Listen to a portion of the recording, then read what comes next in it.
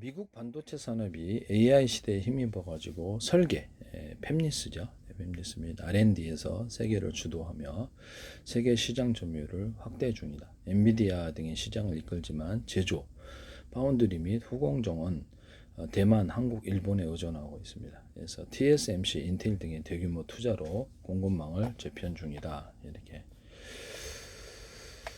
정부 지원과 막대한 민간 투자가 이어지고 있고 생산 점유율이 2027년 21%까지 늘어날 전망이고 한국은 생산 점유율 하락이 우려되고 있다. 압도적 설계 및 R&D 강세, 엔비디아, 브로드컴, 미국 기업들은 AI 반도체 혁신을 주도하며 시장 점유율을 높이고 있다. 이렇게 나오고 있습니다. 제조 약세, 파운드리 약세, 대만 의존. 첨단 공정 제조는 대만에 크게 의존하고 있다. TSMC에 미국은 자국 내 생산 기지 확충을 위해서 노력 중. 미국은 엔비디아, 브로드컴, 미국 기업들이 AI 반도체 혁신을 주도하고 있다. 시장 점유율을 높이고 있다. 정부 및 민간 투자 확대, 칩 액트 등을 통해서 막대한 정부 지원과 함께 인텔, 마이크론, TSMC 기업들의 대규모 투자가 이어지고 있다. 공급망 재편 가속. 미국은 첨단 제조 생태계를 자국에 구축하여 생산 점유율을 2027년 21%까지 늘리는 것을 목표로 하고 있다. 이를 통해서 로봇이라든지 미래의 또 어떤 자율주행 차량이라든지 또 우주항공 또는 방산 기술에 있어서 우위를 점하고자 하는 것인데요. 첨단 기술은 이제 우주 항공 분야에 대해서는 전 세계에 대해서 계속해서 전 세계에서 관심을 갖고 많은 투자를 이렇게 하고 있습니다. 엔비디아는 AI 반도체 시장을 독점하며 기록적인 성장을 보이고 있다. 브로드컴, AMD는 시가총액 상위권을 차지하며 설계 분야 강세를 보이고 있다. 인텔과 마이크론은 제조 분야에서 대만과의 격차를 줄이기 위해서 공격적인 투자를 진행 중이다. 이런 부분을 해서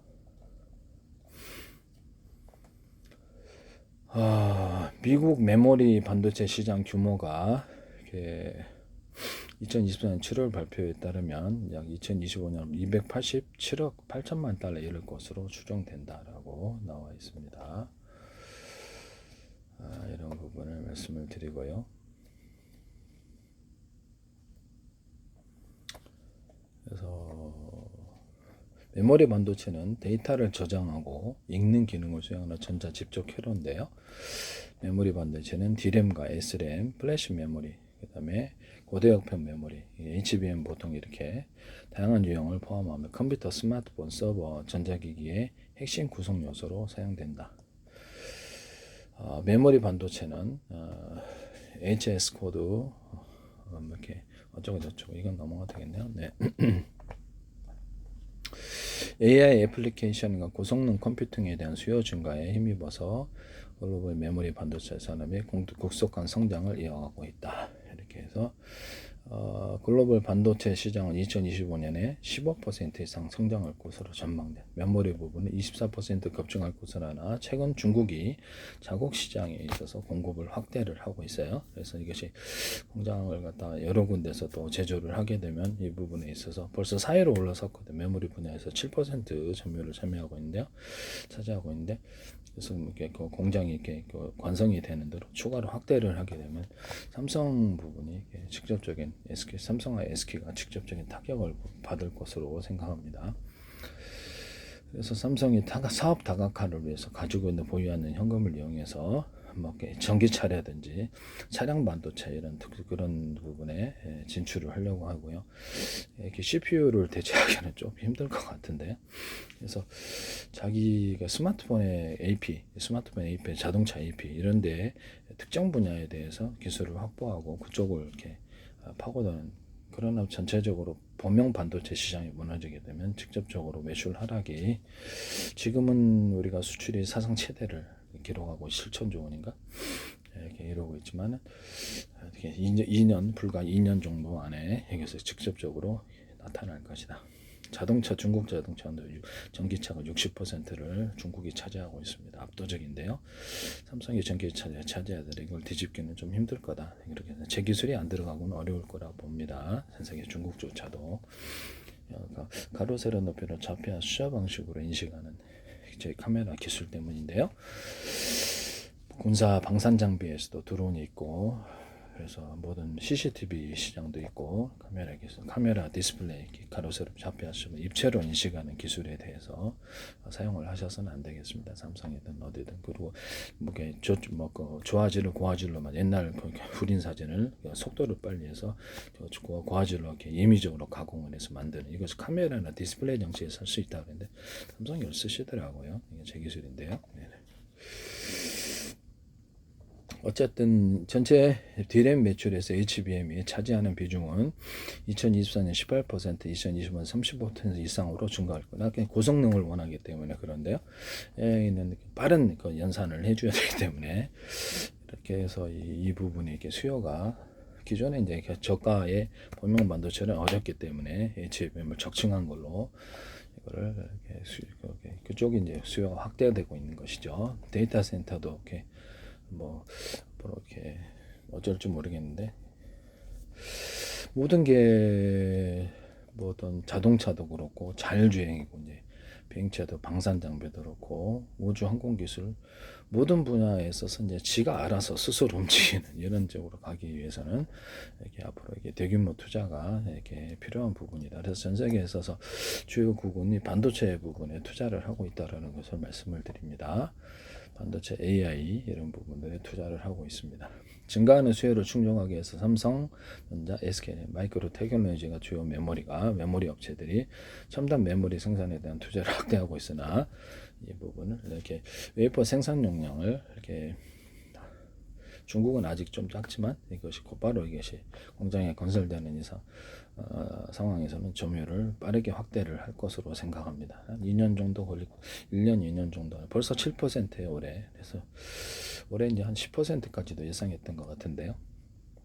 웨이퍼 생산 용량을 HBM으로 전환하고 차세대 메모리 기술을 가속화하고 있다.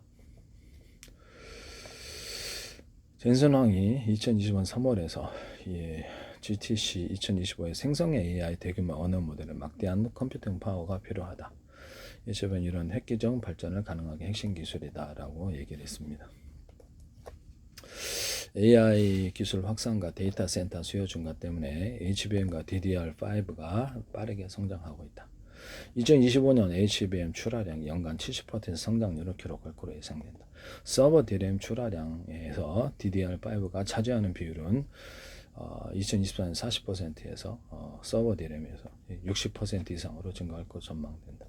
글로벌 전체 D램 매출은 HBM, DDR5 같은 고부가 가치 제품에 대한 수요 증가, 공급 확대 한계와 높은 평균 판매 가격에 힘입어서 2025년 51% 증가한 1,365억 달러에 이를 것으로 예측한다.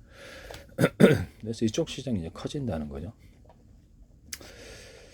그렇지만 제 기술이 등장으로 해서 이게 수백 개 묶어도 이게 뇌리 전염이 안 된다. 전기선 피복 때문이네. 그래서 그 반도체 회로에다가 코팅 기술, 코팅의 재료가 뭐가 코팅을 줘가지고 하거나 이런 이렇게 어떤 거기를 약간 두툼한 부분을 넣어가지고 하는, 그래서 캐패시터의 등장. 이 기술이 기존의 모든 반도체 기술을 다 무력화시킬 거기 때문에 제거를 안 할 수가 없습니다. 그래서 이렇게 많은 기술을 무단으로 쓰셔야 되는데요. 그건 범죄 행위에 해당합니다. 그래서 그리고 이제 광 저장 장치가 나왔기 때문에 사실상 D램 시장이 좀 어려워질 것으로 보이고 있습니다. 절방식의 광 저장에 대해서 내가 말씀을 드렸는데 이렇게 해가지고 여기서 이렇게 금속을 약간 두텁게 함으로써 전기가 보다 많이 축적이 되면 대남 매듭구조만 되고 조절하면서 이게 카패시터가 된다. 금속 카패시터 컨덴서 이론인데요.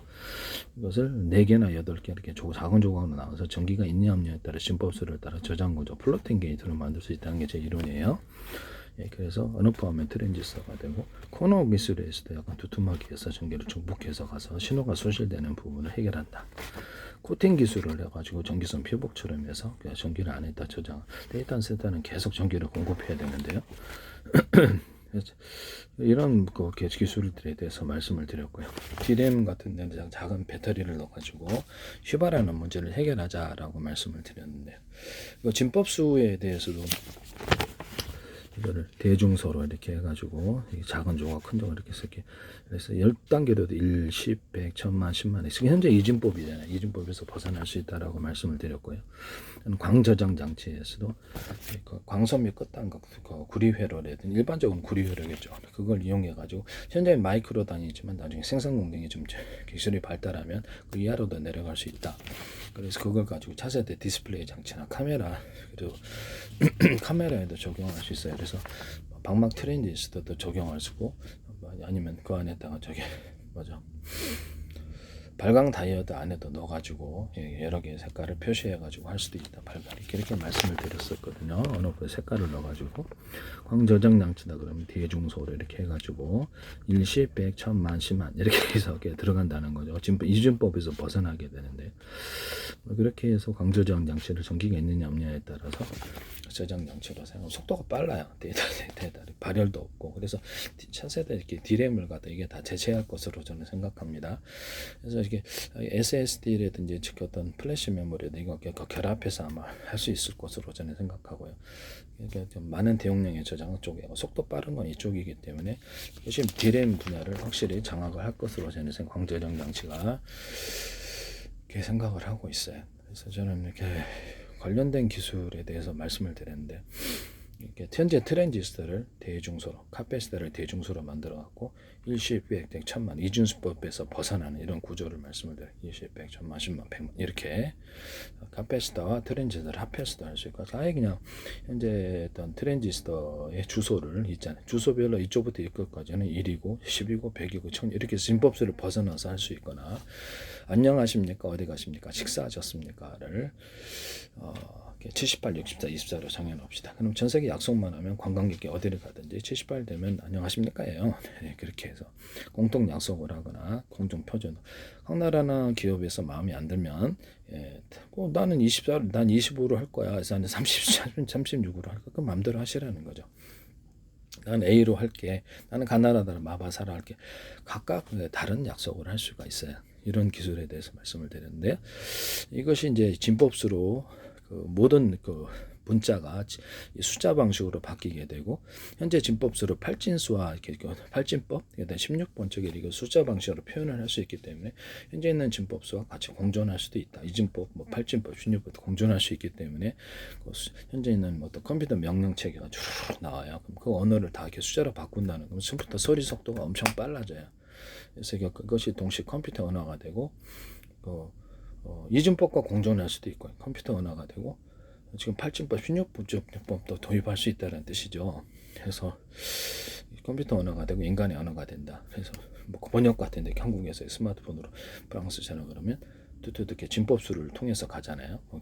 지금 이준법을 통해서 가는데 그거를 이렇게 숫자 방식으로 바꿔가지고 간다는 거죠. 그래서 여기서 이제 내 목소리를 가로세 높이로 잡혀 숫자 방식으로 해서 80억 인구의 이렇게 목소리 지문이 다 틀려요. 숫자로 표현해서 전송을 이렇게 압축 저장을 해서 이런 게 큰 파일이지만 작은 파일로 해가지고 착각 찍어가지고 보내는 기술도 있어요. 10,000분의 1로 축소해가지고 그러면 파일 용량이 적어지거든요.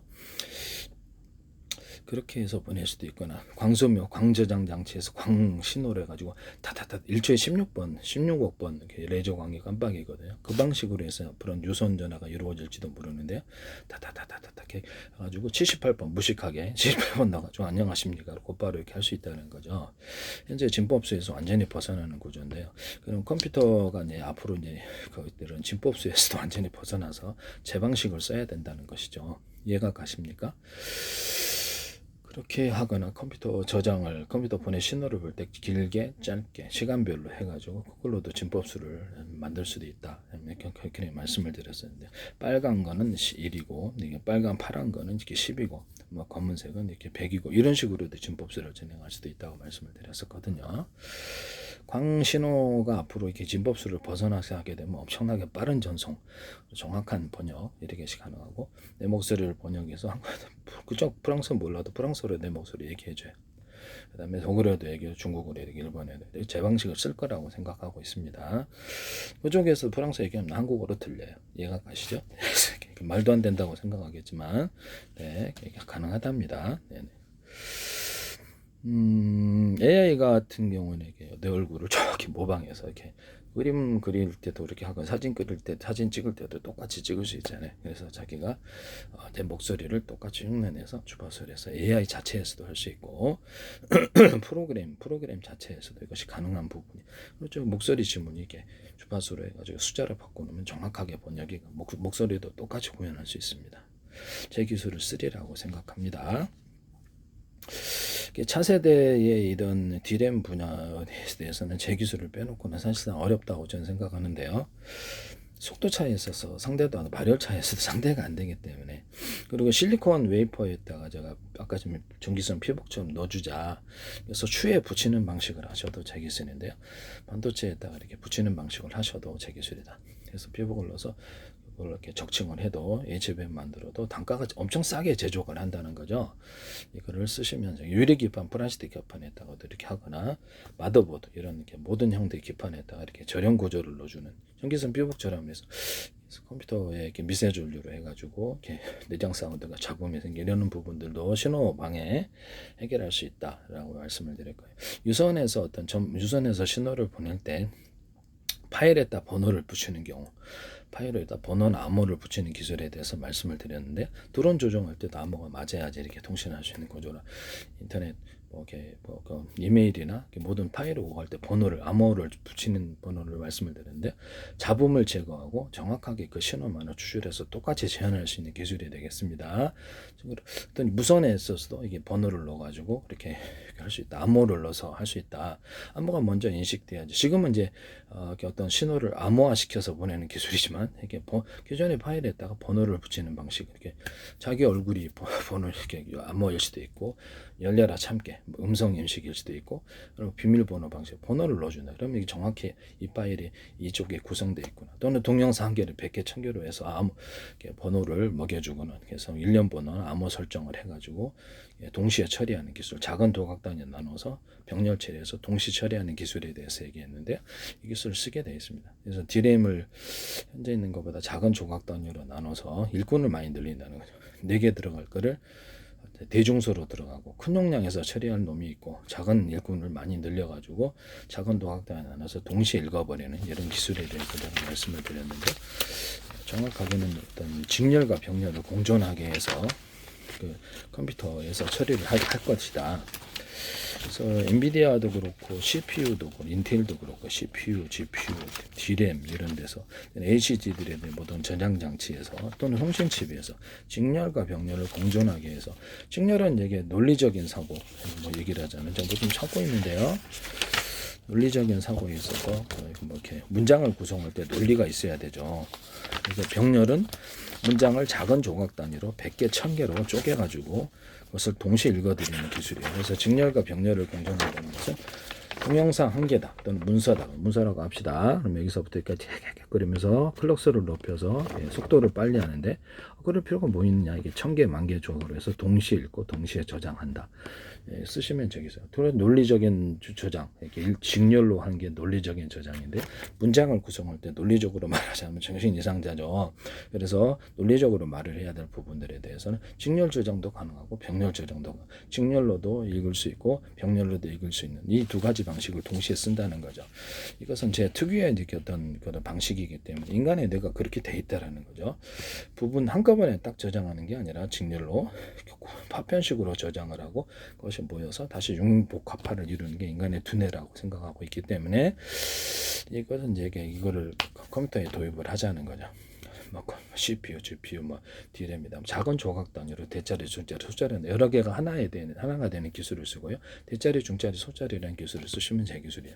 트랜지스터, 카파시터도 대자리, 중자리, 소자리 들어가고요. 레이더 소자 같은 데도 대자리, 중자리, 소자리 들어가 레이저 가공 장비, 뭐 ASML이든 이런 EUV 장치나 이런 데 레이더 소자 빛을 대중소로 들어가고 이식계 사이즈도 각 전력을 이렇게 해당되는 빛을 전력 강중약으로 넣어줘요. 그래서 그래가지고 돋보기 이렇게 팀별로 묶어서 이렇게 조각을 하는 이런 기술을 얘기했거든요. 하시면 제 기술이 되겠습니다. 그래서 일꾼수를 많이 늘려요. 일꾼수를 많이 늘려서 작은 조각 갖다 쪼개가지고 빨리 연산을 하거나 빨리 동영상 정보, 문서 정보를 처리하는 기술을 말씀을 드렸었어요. 저장 구조 HD다. 그럼 그것도 대중소로, SSD다 대중소로 들어가고, 플로팅 게이트다. 그것도 대중소로 들어가요. 일꾼을 많이 늘려서 동시 작은 도각통에서 처리를 해버린다는 거죠. 통신칩도 옆에 통신칩에게 대중소로 넣어서 나눠줄 수도 있어요. 작은 도각. 나중에 조립을 하면 되니까 일련번호가 있으니까 암호 저장도 가능하고. 이걸 1000개로 쪼개서 프린터다 그러면 20개 인쇄하는데 20개 인쇄한데서 언어별로 글씨도 틀리게 하면 글자 크기도 틀리게 하거나 색깔도 틀리게 하거나 언어도 틀리게 해서 동시 인쇄에 들어갈 수 있어요. 이런 기술을 쓰시면 제 기술입니다. 일꾼의 수를 많이 늘리자는 거죠. 현재 있는 D램을 하드웨어적으로도 GPU든 CPU든 통신칩이든 HDD, SSD 저장 장치도 데이터 센터에서도 이 기술을 쓸 수밖에 없을 거예요. 그거를 작은 조각 단위로 쪼개서 동시에 정보를 읽어드린다는 거죠. 사람은 여기서부터 여기까지 이렇게 왔다 갔다 하면서 읽어야 돼요. 문장을 이해하고 직렬로 읽어야 돼요. 그렇지만 이 컴퓨터는 그럴 필요가 없어요. 각각 이렇게 따로따로 읽어가지고 읽기 속도가 엄청 빠르겠죠. 저장 속도도 빠르고요. 그것을 동시에 조립을 해갖고 딱 직렬로 표시를 한다는 거죠. 이해가 가시죠? 조립을 한다라는 거죠. 이 기술은 제가 특유의 기술로서 쓰시면 제 기술이 되겠습니다. 소프트웨어적으로도 하나의 GPU다, CPU다, GPU다, D램이다 이렇게 HBM이다 해서 소프트웨어적으로도 그게 작은 정보 단위로 대중소 용량을 처리해서 처리한다는 거죠. 하시면 뭐 여기서 이 정보를 작은 단위로 쪼개서 옆으로도 나눠줘서 일꾼이 놀고 있으면 여기다가 빨리 처리하는 이 기술에 해당하게 되겠습니다. 뭐 PM 반도체다 그러면 전극을 2개로 한 게 아니라 여러 개로 나눠서 이렇게 할 수도 있고, 그러면 정보 처리 속도가 빠르다는 게 이론이에요. PM 반도체를 대중소로 해서 여러 개가 하나인 구조로 만드시면 제 기술입니다. 방막 트랜지스도 전극을 2개인 것을 여러 개로 나눠서 하고, 그럼 속도가 빨라요. 전자이동 속도가, 정보 처리 속도가. 그게 제 이론입니다. 방막 트랜지스도 대중소로 들어가고 여러 개로 분할한다는 거죠. 태양전지에도 들어가게 되는데요. 하시면 제 기술이 되겠습니다. 직렬과 병렬을 이제 공존하게 할 때 통신선이 많이 필요한데요. 이렇게 번개 지역에 가가지고 제가 이렇게 피레침으로 차차차 걸어가지고 전기로 유도해서 충전한다 그랬죠. 이게 나중에 증명될 거예요. 그래서 배기 전기가 들어온다 구름 지역에서 그러면 10개 단위로 넣으면 10씩이죠. 이때 서브로 작은 단어 쪼개면 충격을 완화시켜서 그 밑에 이제 배터리가 다 달려 있고요. 동시에 작은 조각으로 나눠가지고 빨리 충전하는 배터리 기술에도 있습니다. 그래서 이렇게 통신선을 많이, 전기선을 많이 건설해서 이게 다 100개다 있다, 1000개가 있다 그러면 각각 전기선을 각각 연결하는 크고 작은 전기선이 있어요. 그래서 언어프 구조를 가지고 몇 개의 배터리에서 연결을 해서 로봇이다 그러면 여기 10주고 20주고 30주고 사실 부분적으로 부위별로 틀린 힘을 준다는 거죠. 그래서 인간처럼 자세를 모방할 수 있어요. 저도 무술할 때 그렇게 합니다. 힘을 나눠서 쓴다는 거죠. 집중할 때 집중하고. 그래서 이거는 매우 전기를 획기적으로 효율적으로 조절할 수 있다는, 그게 미래 기술이 됩니다. 그래서 모든 어떤 이런 데서도 이렇게 얘기해서 이것도 이제 배터리에서도 직렬과 병렬을 공존하게 하는 그런 기술을 쓴다는 거죠. 이런 배터리론. 이거는 건전지지만 모든 배터리 구조에서, 모든 배터리에서도 이런 자동차 배터리, 납축 배터리 종류에 상관없이 이걸 피복을 변기성 피복전은 뭐 절연 태포 방식이라도 괜찮아요. 그래서 외부에 방전이 안 되는 기술을 쓰시면 되겠어요. 외부의 온도에 좀 영향을 덜 받아요. 이거 하나로 쓰시면 제 기술입니다. 저는 뭐 어떻게 배터리다 그러면 각형 배터리가 있고 원통형 배터리가 있고, 그다음에 이게 또 뭡니까?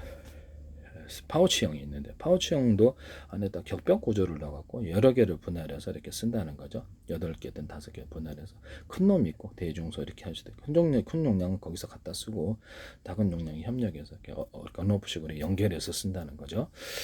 6개다 그럼 1개 가동하니 2개 가동하니 6개 가동 이렇게 마음대로 할 수 있어요.